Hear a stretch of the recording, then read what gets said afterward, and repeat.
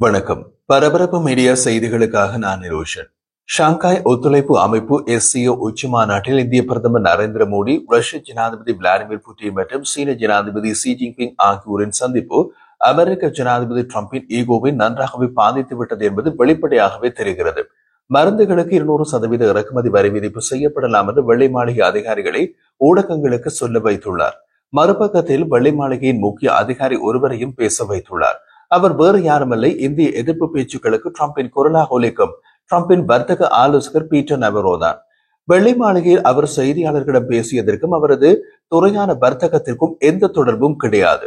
அமெரிக்க ஜனாதிபதி டொனால்டு டிரம்பின் உயர்மட்ட வர்த்தக ஆலோசகர் பீட்டர் நவரோ, பிரதமர் நரேந்திர மோடி, ரஷ்ய ஜனாதிபதி விளாடிமிர் புட்டின் மற்றும் சீன ஜனாதிபதி ஷி ஜின்பிங் ஆகியோர் தமக்கு இடையிலான ஒற்றுமையை காட்டுவது தொந்தரவானது என்று கூறியுள்ளார்.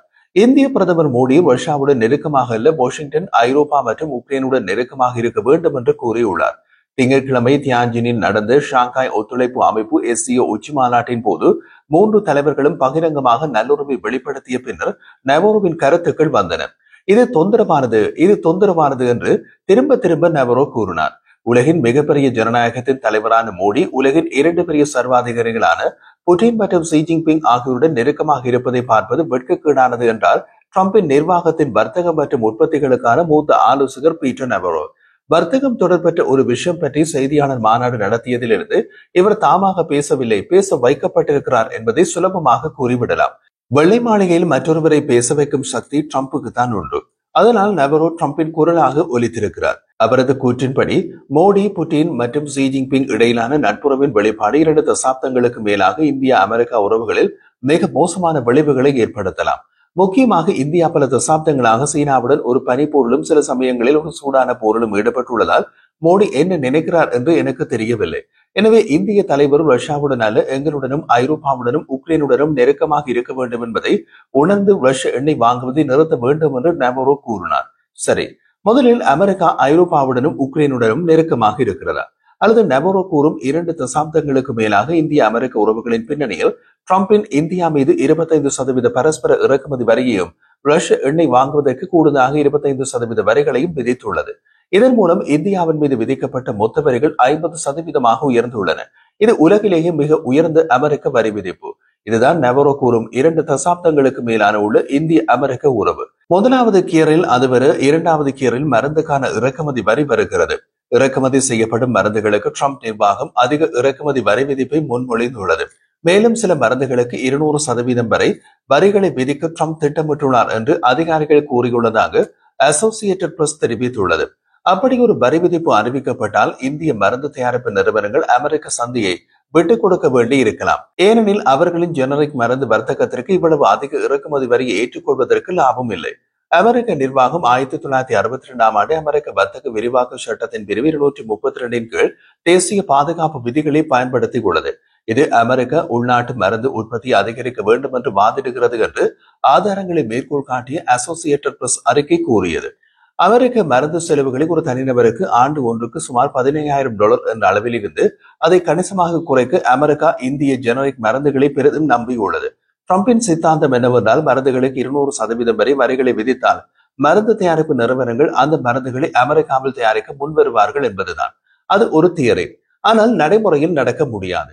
காரணம், குறைந்த விலை, அதிக அளவு ஜெனரிக் மருந்துகளை அதிக விலை கொண்ட உள்ளூர் தயாரிப்புகளுடன் அமெரிக்கா மாற்ற முடியாது.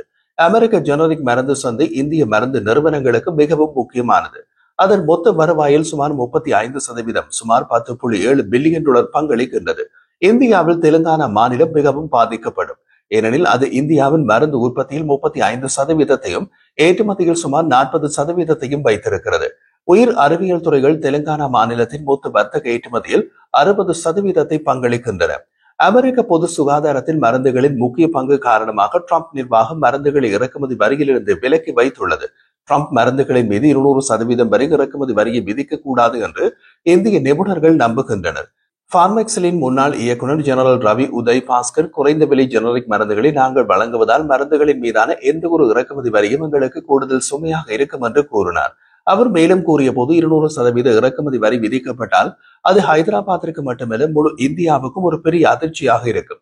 ஆனால் அமெரிக்கா அதை 200% மாற்ற முடியாது என்று நான் நினைக்கின்றேன். அது அவர்களின் சொந்த நலனை பாதிக்கும்.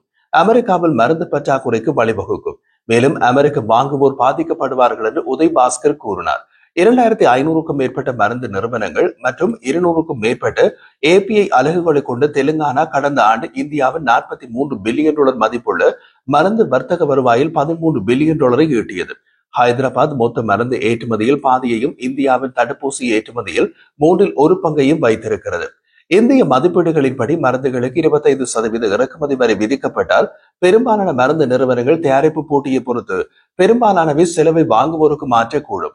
அமெரிக்க இறக்குமதியாளர்களுடன் பேச்சுவார்த்தை நடத்துவதன் மூலமோ மாற்று சந்தைகளை ஆராய்வதன் மூலமோ அல்லது அமெரிக்க உற்பத்தியில் முதலீடு செய்வதன் மூலமோ அவர்கள் விளைவுகளை சமாளிக்க முடியும். இருப்பினும் 25% மேல் இறக்குமதி வரி அவர்களின் போட்டித்தன்மையை அரித்துவிடும். இதனால் ஏற்கனவே குறைந்த விலை ஜெனரிக் மருந்துகளுக்கான செலவுகளை வாங்குவோருக்கு மாற்றுவது கடினம். இது அமெரிக்க சந்தையில் இருந்து இந்திய நிறுவனங்களை வெளியேறுவதற்கு வழிவகுக்கும். குறைந்த விலையில் தரமான மருந்துகளை நாம் தயாரிக்கும் வரை இந்தியா உலகுக்கு பொருத்தமானதாக இருக்கும் என்று பாஸ்கர் கூறினார். நிச்சயமற்ற தன்மைகள் நிலவும் சூழலில் இந்திய நிறுவனங்கள் மற்ற சந்தைகளை அதிக அளவில் ஆராய வேண்டும். ஆசியா பசிபிக் என்பது ஜெனரிக் மருந்துகளுக்கான ஒரு பெரிய சந்தை. லத்தீன் அமெரிக்கா, ஆசியான் மற்றும் ஆப்பிரிக்காவிலும் நாங்கள் ஏற்றுமதி செய்து வருகிறோம். இருப்பினும் அமெரிக்காவிலிருந்து வர்த்தகத்தை உடனடியாக மாறுவது சாத்தியமில்லை என்று அவர் கூறினார். கடந்த ஜூலை மாதத்தில் அமெரிக்க ஜனாதிபதி மருந்து பொருட்களுக்கு இறக்குமதி வரியை விதிக்கப் போவதாக முதலில் குறிப்பிட்டார். ஆனால் உடனடியாக அல்ல. இப்போது எதிர்பார்த்ததை விட முன்னதாகவே வரியை அறிவிப்பது குறித்து ஆலோசித்து வருகிறார். அமெரிக்க ஜனாதிபதி ஜூலை 9 மருந்து பொருட்களுக்கு இறக்குமதி வரியை விதிக்கப் போவதாகவும் உற்பத்தியாளர்கள் தங்கள் உற்பத்தி தளத்தை அமெரிக்காவுக்கு மாற்றுவதற்கு அவகாசம் அளிப்பதாகவும் அறிவித்தார். அவர் கூறிய போதும் மருந்து தயாரிப்பு நிறுவனங்கள் அமெரிக்காவுக்கு வருவதற்கு 1 வருடம் 1.5 ஆண்டுகள் அவகாசம் கொடுக்க போகிறோம். அதன் பின்னர் அவர்கள் இறக்குமதி வரிக்கு உட்படுத்தப்படுவார்கள். அவர்கள் 200% போன்று மிக மிக அதிக விகிதத்தில் இறக்குமதி வரிக்கு உட்படுத்தப்படுவார்கள் என்றார். டொனால்ட் ட்ரம்ப் எப்போது மருந்துகளுக்கு இறக்குமதி வரியை விதிக்கப் போகிறார்? சில அமெரிக்க அதிகாரிகளின் கூற்றுக்களை நம்பினால் ட்ரம்ப் நிர்வாகம் இறக்குமதி வரியை மிக முன்னதாகவே ஒருவேளை அடுத்த சில வாரங்களில் திணிக்கக்கூடும்.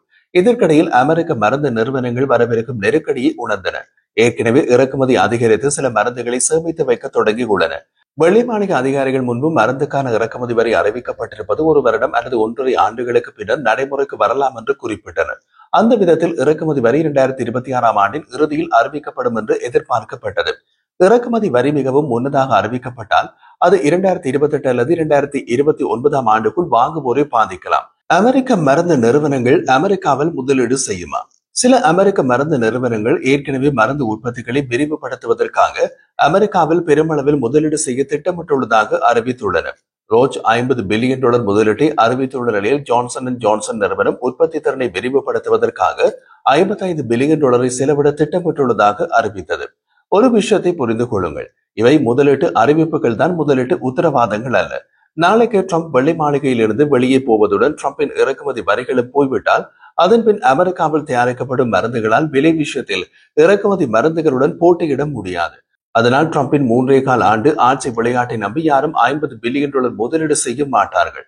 2024-25 நிதியாண்டில் மருந்து துறையில் அமெரிக்கா $150 பில்லியன் வர்த்தக பற்றாக்குறையை சந்தித்தது. இந்த காலகட்டத்தில் அது $234 பில்லியன் மதிப்புள்ள மருந்துகளை இறக்குமதி செய்தது.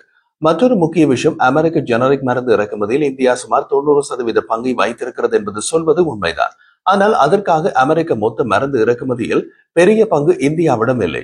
இதற்கு காரணம் ஜெனரிக் மருந்துகளும் வழக்கமான மருந்துகளும் இடையே உள்ள விலை வித்தியாசம். அதாவது ஒரே நோய்க்கு ஒரு ஜெனரிக் மருந்தின் விலையை விட வழக்கமான மருந்தின் விலை 10 முதல் 25% அதிகமாக இருக்கும். அந்த விதத்தில் பார்க்கும்போது இந்தியாவின் பாதிப்பு டாலர் பெறுமதியில் குறைவு. அமெரிக்காவுக்கு மிகப்பெரிய மருந்து ஏற்றுமதியாளர் அயர்லாந்து, அதனைத் தொடர்ந்து சுவிட்சர்லாந்து மற்றும் ஜெர்மனி. இந்தியா சுமார் 6% பங்கை வைத்திருக்கிறது. இந்த காலகட்டத்தில் இந்தியா $9.8 பில்லியன் மதிப்புள்ள மருந்துகளை ஏற்றுமதி செய்கின்றது.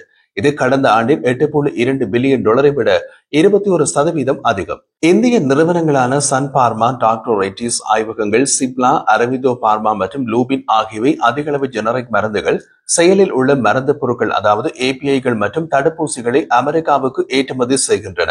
போட்டி காரணமாக பெரும்பாலான மருந்துகள் மிக குறைந்த விலையில் உள்ளன. அதனால் 200% இறக்குமதி வரியை உள்வாங்குவது கிட்டத்தட்ட சாத்தியமற்றது. ஒருவேளை 200% இறக்குமதி வரி விதிக்கப்பட்டால் இந்த நிறுவனங்கள் பெரும்பாலும் அமெரிக்க சந்தையினை இழக்கக்கூடும். எப்படி பார்த்தாலும் மிக மோசமாக பாதிக்கப்படுபவர்கள் அமெரிக்க வாங்குவோர்களாக இருப்பார்கள். 25% வரி விதிப்பு ஆரம்பத்தில் அமெரிக்காவில் மருத்துவ செலவை சுமார் 15% அதிகரிக்கக்கூடும் என்று ஒரு ஆய்வு காட்டுகிறது. வரி விதிப்பு இல்லாத போது வாங்கிய மருந்துகளின் அமெரிக்க கையிருப்பு தீர்ந்து போகும்போது அது அதிக விலை கொண்டதாக மாறக்கூடும். நோயாளிகள் ஜெனரிக் மருந்துகளை வாங்கும் போது அதிக விலை செலுத்த வேண்டி இருக்கும். மேலும் அவர்கள் சுகாதார காப்பீட்டு நிறுவனங்களுக்கு அதிக பிரீமியத்தை செலுத்த வேண்டி இருக்கும். அல்லது இரண்டும் நடக்கலாம். இது 2021ஆம் ஆண்டில் அமெரிக்காவில் சுமார் 29.6 மில்லியன் மக்கள், அதாவது மக்கள் தொகையில் சுமார் 11% பேர் மருத்துவ காப்பீடு செய்யப்படாத நிலையில் உள்ளார்கள்.